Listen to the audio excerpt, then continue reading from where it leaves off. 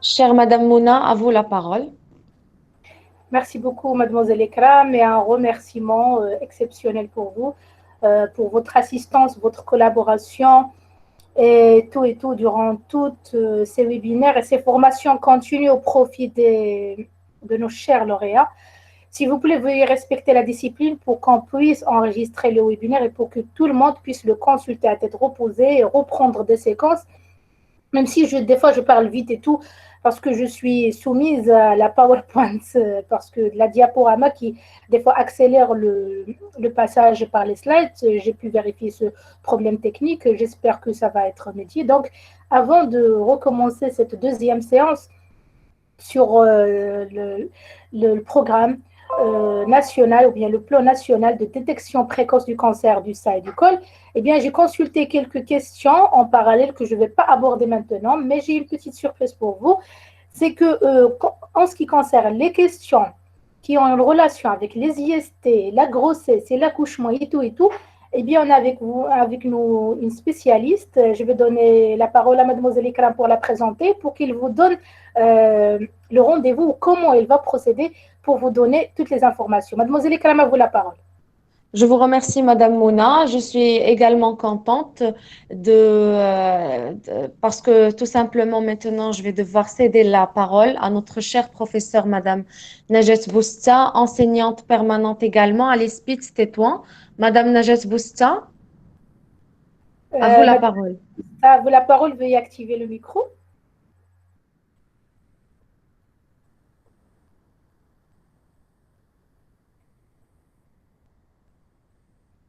Madame Najet Bousta,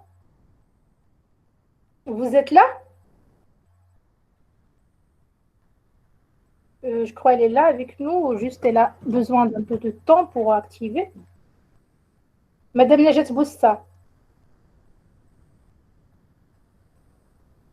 Je vais vérifier la liste. Oui, s'il vous plaît, vérifiez.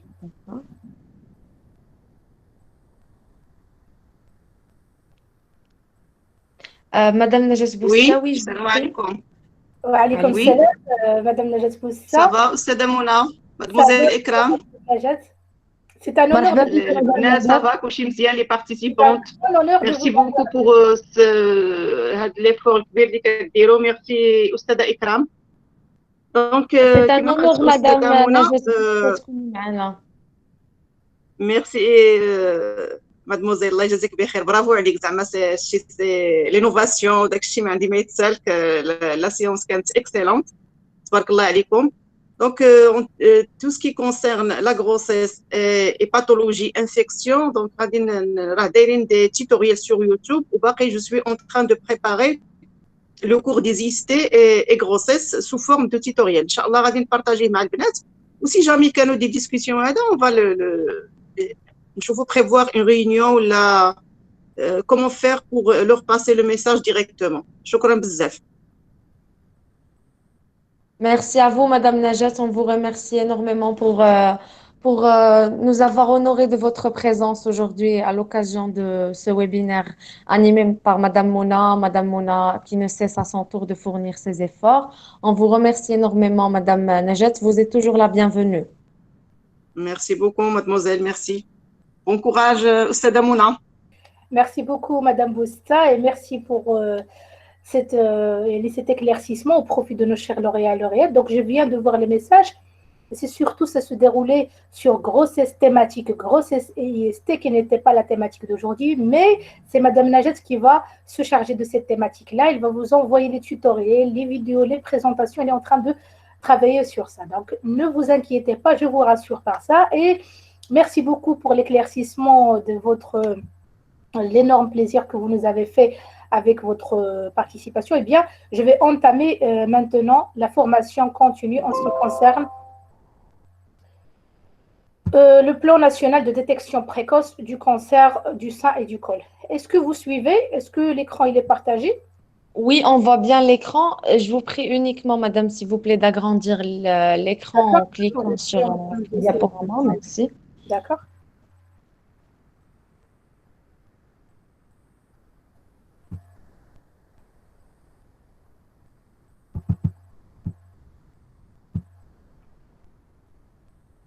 veuillez m'excuser une seconde parce que...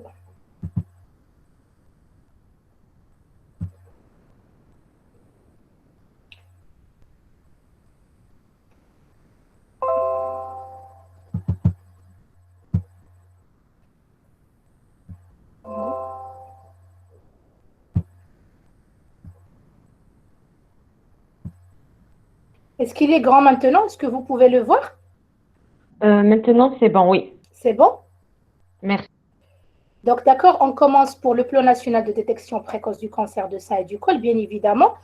Donc, on enchaîne. Tout d'abord, je souhaite la bienvenue pour les lauréats qui viennent de nous rejoindre. Vous êtes ici dans la deuxième formation continue que j'anime au profit de toutes les lauréats, et inclus les sages-femmes, bien évidemment. Et cette formation-là, elle concerne le plan national de détection précoce du cancer du sein et du col.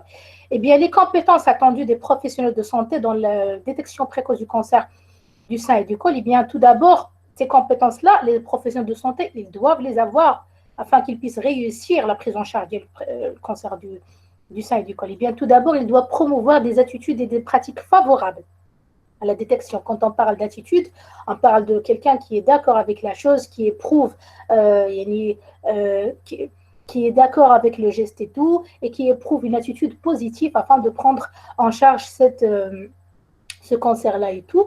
Et puis, deuxièmement, augmenter la participation de la population cible au programme de détection précoce. Et on va voir cette population cible, bien, les critères de cette population et tout. Et puis, la mobilisation de tous les acteurs de la société civile pour promouvoir la détection précoce du cancer du sein et du col, parce que, bien évidemment, quand on prend en considération ce programme national-là, eh bien, comme j'ai dit tout à l'heure et auparavant, et je le dis toujours, donc le ministère de la Santé n'est pas censé seul. Donc, il y a une collaboration avec une multitude de secteurs, avec les ONG, avec les acteurs de la société et tout, afin qu'on puisse réussir cette mission-là. Et puis, la quatrième compétence, c'est dispenser les messages en rapport avec la détection précoce du cancer du sein à tous les niveaux de soins. À tous les niveaux de soins, donc le niveau primaire, secondaire et tertiaire, donc toujours cette détection précoce du cancer. Donc, voici les 4 compétences attendues des professionnels de santé. Donc, quand on vous demande quelles sont les compétences attendues pour le programme de détection précoce du cancer, voici les 4 compétences. En ce qui concerne le programme de détection du cancer du sein et du col, bien évidemment, c'est un programme qui est intégré dans la santé reproductive. Parmi les axes de la santé reproductive, il y a la lutte contre cancer du sein et du col, comme les IST, comme autre chose, d'accord? Eh bien, les axes stratégiques, le premier axe, il faut assurer la disponibilité des services de détection précoce des cancers du sein et du col utérin. Cela en intégrant la détection précoce du sein utérin dans les établissements de soins de santé de base. Ça, c'est primordial, d'accord? Et puis, en développant le circuit de la participante et les mécanismes de référence. Parce que comment peut-on réussir cet axe-là, qui est assurer la disponibilité des services de détection précoce du cancer? Et je suis sur ça. Il est en bleu. C'est le premier axe du programme d'intégration. Eh bien, comment on peut assurer cette disponibilité des services?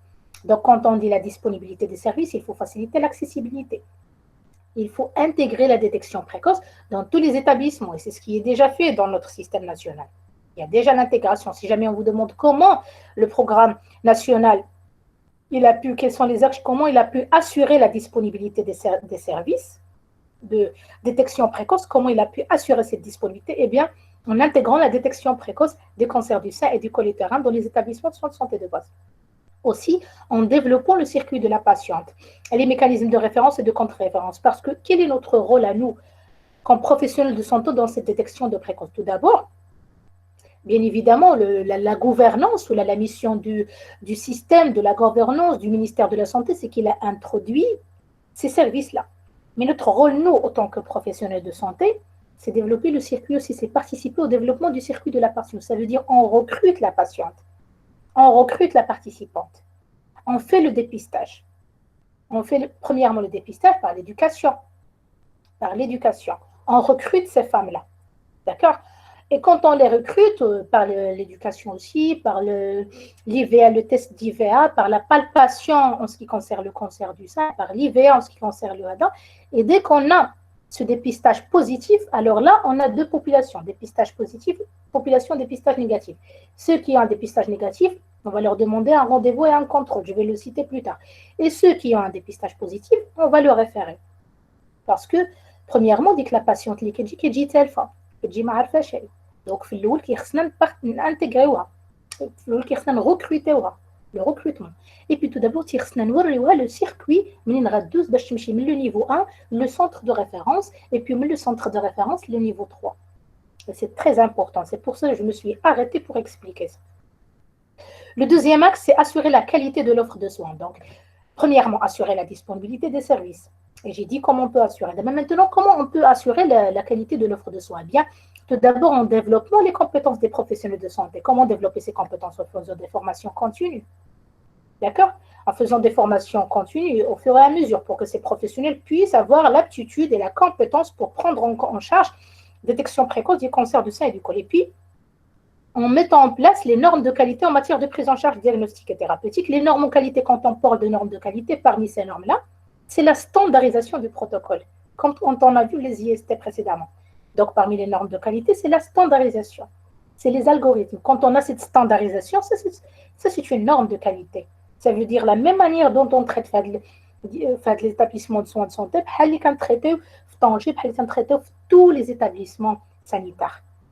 Et puis, le troisième axe qui est renforcer l'utilisation des services de santé reproductive. Comment on va renforcer cette utilisation? Par la promotion, la détection des cancers de sein du col auprès du public, du grand public. Donc, c'est le recrutement. Promouvoir la détection précoce. Et on parle toujours, et je le souligne, quand on dit la détection du cancer de sein, on ne dit pas la détection, on dit la détection précoce. Parce que ce qui est important, c'est faire cette prévention et ce diagnostic précoce. On ne veut pas faire... À quoi ça sert un diagnostic? Il a aussi l'état de métastase. Ce qui est important, c'est un diagnostic précoce. Quand on a ce diagnostic précoce, ou quand on a ce dépistage et cette détection précoce, le pourcentage de guérison, il est énorme. La maladie, un stade un stade néfaste. D'accord? Un stade inguérissable. Donc, la santé reproductive en matière, c'est le dépistage précoce. Je signale à la précoce. Mais la réponse, c'est précoce. Et puis, développer les partenariats avec les organisations non gouvernementales, les associations et tout. Il faut des partenaires parce que les associations, donc,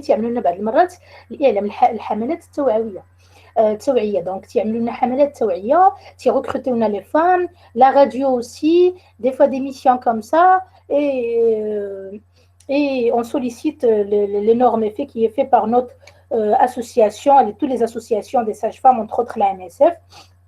Et voilà aussi faire un plaidoyer politique au niveau local, régional et national. Donc un plaidoyer, il faut faire des plans d'action. D'accord? Des formations, il faut renforcer le plateau technique à tous les niveaux de prise en charge. Et donc voilà, s'il vous plaît, il a comme les axes stratégiques du programme ADA. Donc il y a 3 axes. Au coup, l'axe, les composantes d'IEL. D'accord?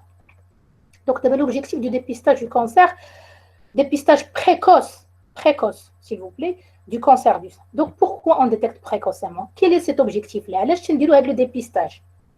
Pour détecter les cancers ou les lésions précancéreuses à un stade de meilleure curabilité en vue de diminuer la mortalité et l'incidence du cancer. Donc, le grand objectif qu'on veut atteindre, c'est diminuer la mortalité, l'incidence ou le cancer du sein. Donc, diminuer l'incidence, diminuer les cas nouveaux et puis diminuer la mortalité du cancer. Et ça, c'est très important. Pourquoi? Par l'utilisation des tests abordables, fiables, sans danger, acceptés par le plus grand. Ça, c'est le test de dépistage. Le test de dépistage, il doit répondre à ces critères. C'est abordable, c'est fiable, le taux de non-fiabilité qui est réduit, c'est un danger. Pour approuver l'État ou valider un test de dépistage, c'est accepté par la population. Il y a la mammographie, le dépistage et le cancer de sein, parce qu'il est accepté, il est fiable. Donc, là, tu recrutes le plus long. Il est accepté par la population financièrement, il est abordable. Parce qu'on a d'autres textes à la PCR et tout pour déceler les lésions précancéreuses ou là, déceler un précancer qui pourrait arriver à la femme d'ici 20 ans, d'ici 15 ans, mais il ne le fait pas parce que ça coûte. Mais donc, les critères d'un test de dépistage, c'est abordable, fiable, sans danger et accepté par un grand nombre de populations. D'accord? Ça, c'est très important. Un bon test de dépistage devrait être sensible, ne pas laisser passer les cancers. Et spécifique. Donc, la sensibilité et la spécificité, ce sont deux critères principaux pour un test de dépistage. Donc, les positifs, les vrais positifs, donc on parle de vrais positifs, d'accord? Et puis ne pas faire croire un cancer et engendrer des examens complémentaires inutiles. Un négatif, il y a un faux positif, il y a un test négatif, ou il y a positif, d'accord? Donc un bon test de dépistage devrait être très sensible et spécifique, d'accord? Mais je ne dois pas gaspiller. C'est pour cela d'ailleurs, je ne la biopsie nichaine, c'est la maman. La maman, il y a le test de dépistage. Pourquoi? Pour déceler ceux qui ont un dépistage positif. La biopsie, parce que les femmes, trop cute, etc. D'accord? Donc, en ce qui concerne le dépistage et le diagnostic du cancer de sein, pour la stratégie du cancer, donc quand on parle de la population cible, eh bien, les femmes âgées entre 45 ans et 69 ans. Mais normalement, à 40 ans, on parle de 40 ans, mais elle ne les programmes. Peut-être elle est en cours de validation, elle est validée. Donc, il faut, s'il vous plaît, vérifier le dernier programme de détection précoce du ministère de la Santé. Il a de 40 ans, parce que normalement, on a les tranches entre 45 ans et 69 ans. Mais, dernière actualité, on a 40 ans. Donc, il faut vérifier le site du ministère. Et là, le guide de 40 ans, il est toujours entre 45 ans et 69 ans. D'accord? Et voilà la tranche d'âge. Normalement, on a 40 ans, je ne officiel ou la mazel, mais il est officiel, il s'agit de 45 ans et 69 ans. Et je vais vous parler du changement, si jamais il existe, par message ou bien pour éclaircifier, mais ce que je connais, c'est ça la tranche d'âge pour la détection précoce du cancer du sein, donc 45 ans jusqu'à 69 ans. Et puis les femmes ayant un antécédent familial de cancer ou de la tranche d'âge. Donc la famille, j'ai par exemple 39 ans, ou un antécédent familial de cancer, c'est une population cible. Donc la population cible, elle est deux cas. Les populations qui figurent à la tranche d'âge, ou les populations qui répondent à la tranche d'âge, où la femme a un antécédent familial. D'accord? Surtout de la famille de la grand-mère, mère, etc. Et ils sont exclus des programmes, toutes femmes ayant déjà eu un cancer du sein. Donc, il est déjà un cancer du sein et tout. Si elle explique parce qu'il est suivi et tout. D'accord? Donc, les rythmes de visite, quand on parle du cancer de sein, de sein, ça c'est pour vous souvenir. De sein, c'est 2 ans. Chaque 2 ans, si je vais consulter. Et pour le cancer du col, c'est chaque 3 ans, le rythme de visite. Donc, le contrôle du cancer de sein, chaque 2 ans. Le contrôle du cancer du col, c'est chaque 3 ans. Le rythme de visite. Les prestations offertes et de dépistage au niveau du centre de santé. Donc, premièrement, on doit accueillir et recruter les femmes. C'est la première prestation et c'est notre mission, nous, en tant que sage-femme, en tant qu'infirmier, en tant que technicien, en tant que professionnel de santé, c'est l'accueil et le recrutement. Et puis, informer et sensibiliser les femmes cibles sur l'importance du dépistage précoce. Des campagnes où le centre de santé, je dois la sensibiliser. De la tranche d'âge, la systématique dépistage du cancer. La palpation, la test d'hiver, il figure à la tranche d'âge où il y a un antécédent familial. Je dois sensibiliser. Le centre de détection du cancer du sein. Des fois, la population, il ignore. Des fois, la prestation de cette semaine. Donc, notre rôle, c'est propager l'information. Le dépistage du cancer. Il faut informer et sensibiliser. La femme, d'autres femmes, c'est aussi la communauté, etc. Et puis, il faut pratiquer l'examen clinique de l'inspection, palpation et tout. Donc, ce sont les étapes du dépistage au niveau du centre de santé. Les étapes, accueillir, recruter les femmes, informer, sensibiliser sur l'importance du dépistage et puis pratiquer l'examen. 3e étape. Conduite à tenir lors de l'examen niveau 1. Donc, le niveau 1, donc, ce sont les circonscriptions sanitaires au centre de santé de niveau 1. Donc, soit avec maison d'accouchement, soit non. Donc, niveau 1, la femme, il y a le recrutement des femmes, d'accord? Est-ce qu'elle répond aux critères de recrutement? La population cible ou là? Elle répond aux critères de la tranche d'âge et où les maquins de la tranche d'âge, elle a les antécédents. Donc, si elle ne répond pas à ces critères, elle n'est pas participante. Si elle répond à ces critères, eh bien, la participante est le programme. Donc, on recrute. Après avoir recruté, tu as l'examen de sang avec la palpation et tout, qu'on va voir plus tard et que vous savez tous certainement, puisque c'est une formation continue pour rafraîchir la mémoire. Certainement, vous avez tous fait ce cours-là. Donc, quand on fait l'examen de sang, s'il est normal avec des antécédents, on réfère, même s'il est normal avec des antécédents. On réfère au niveau 2, qui est le centre de référence. S'il est anormal aussi, on réfère. Donc, faites les deux cas, on réfère. Soit l'examen de sang, il est normal avec antécédents familiaux, soit il est anormal, on réfère. D'accord? Et puis, s'il est normal sans antécédents, rendez-vous dans les 2 ans. Tous les 2 ans. D'accord? Et voilà la conduite à tenir de la prise en charge du cancer de sang au niveau 1. D'accord? En ce qui concerne le dépistage du cancer de sang, quand on parle de l'examen clinique, eh bien, l'examen clinique, c'est l'inspection et la palpation. 2 choses, c'est l'inspection et la palpation. Qu'est-ce qu'on inspecte? Tout d'abord, l'aire ganglionnaire. Quand on palpe 2 choses, les seins et les aires ganglionnaires, bien évidemment, vous avez fait ça.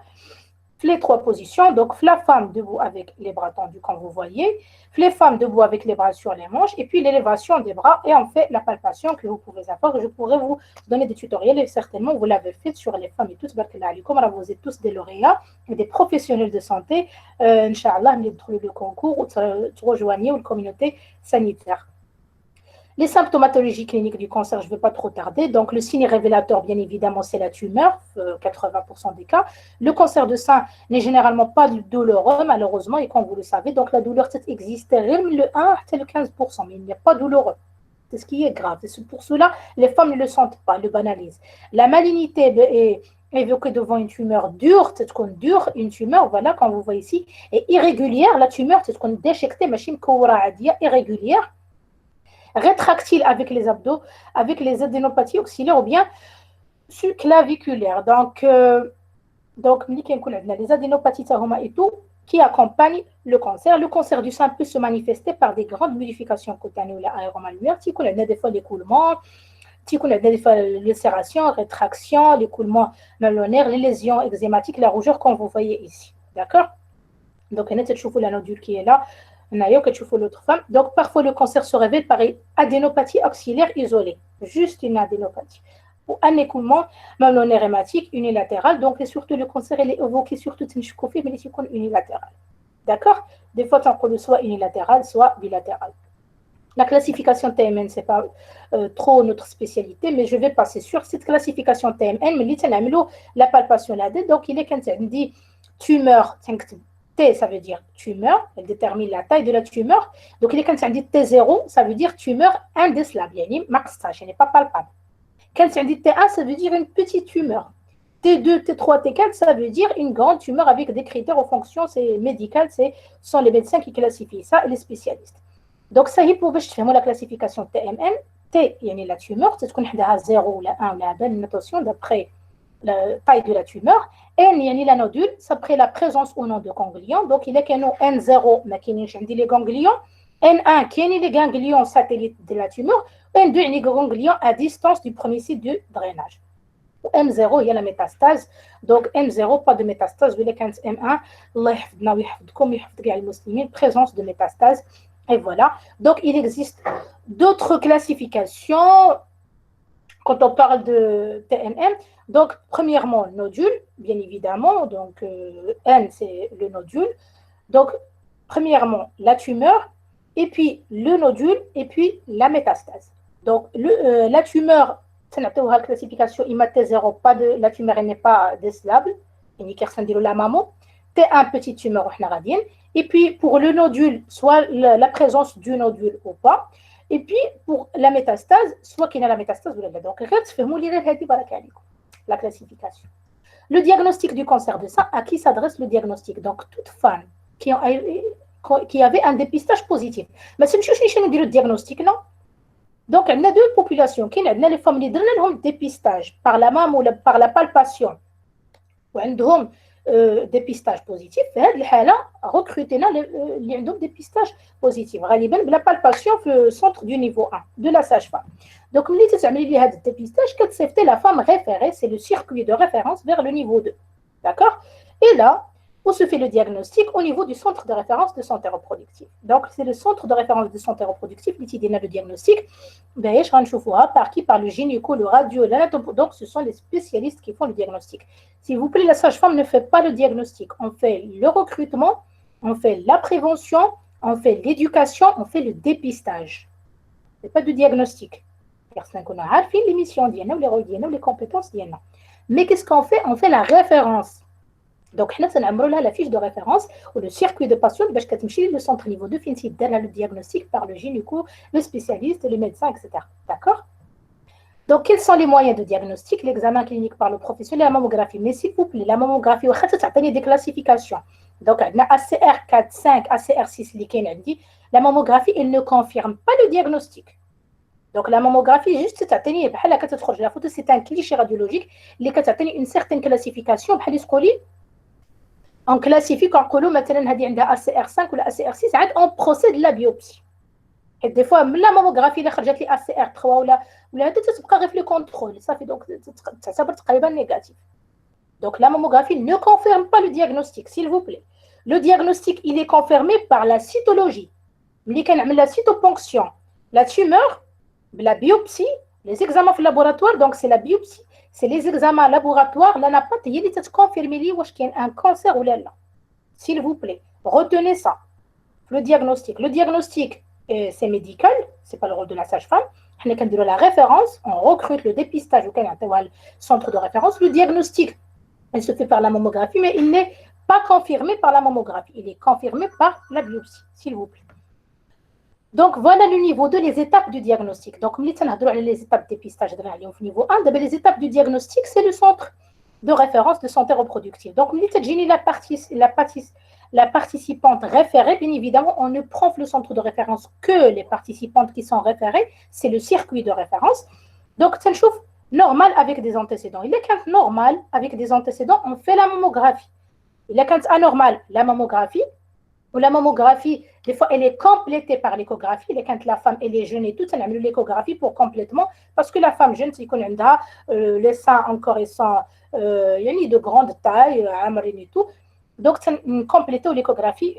Donc, premièrement, c'est la mammographie, c'est complété l'échographie. Il est quand la mammographie est anormale, il y a ACR5, ACR6 et tout, selon les médecins qui classifient ça et tout, selon l'interprétation du cliché mammographique, selon le radiologue et tout.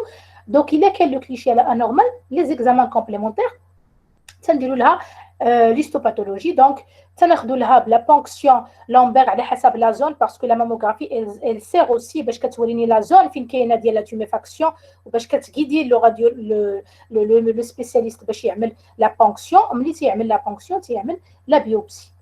Après, on va voir confirmer la biopsie à niveau 3.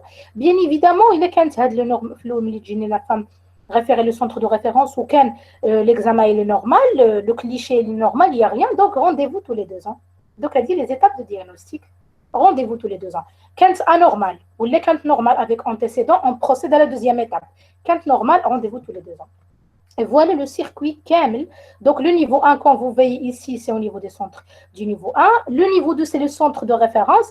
Et puis, quand la biopsie positive, c'est le niveau 3, le centre de référence d'oncologie, le CHU, la spécialité et tout et tout. Donc, c'est l'hôpital, c'est la prise en charge spécialiste. Pathologie cancéreuse, prise en charge du cancer. Pathologie non cancéreuse, c'est le rendez-vous. Parce que ce qui confirme le cancer, c'est la biopsie. Madame Mouna, excusez-moi s'il vous plaît.